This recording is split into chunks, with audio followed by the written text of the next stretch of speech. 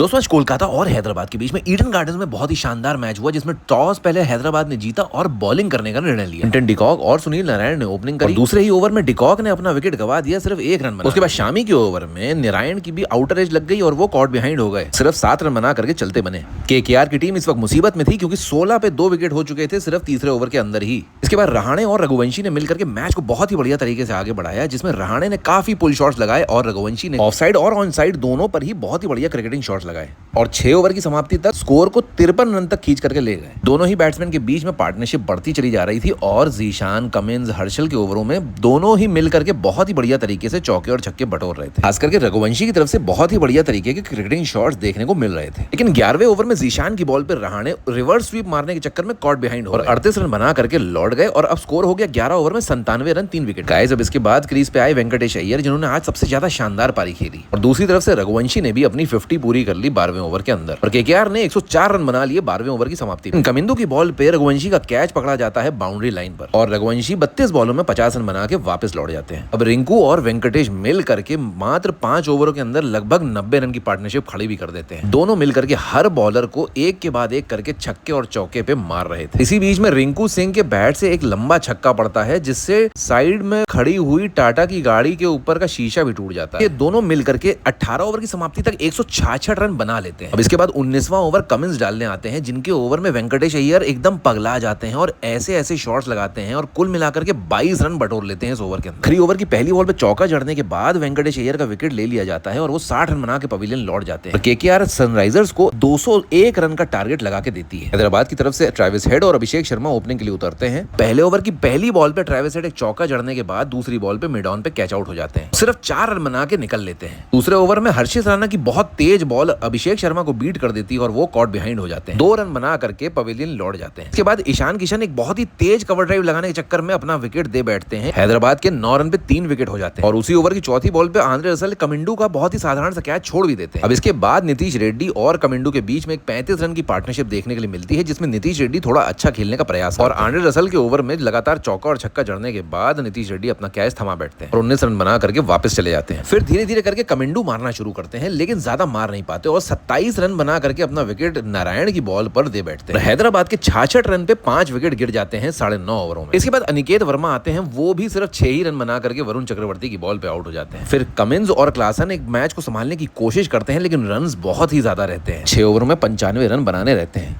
लेकिन 15वें ओवर में वैभव की बॉल पे क्लासन अपना विकेट दे बैठते हैं और 33 रन बना के वापस चले जाते हैं। लेकिन बात यहाँ रुकती नहीं है, उनके जाते ही साथ वरुण चक्रवर्ती की बॉल पे पैट कमिंस भी आउट हो जाते हैं। फिर दूसरी बॉल पे वरुण चक्रवर्ती सिमरजीत को क्लीन बोल्ड कर देते हैं, लेकिन हैट्रिक बनाने से चूक जाते हैं। शामी और हर्षल मिलकर के 6 रन जोड़ते हैं और आंद्रे रसल आखिरी का विकेट ले करके मैच को जितवा देते हैं और केकेआर 80 रन से जीत जाता है।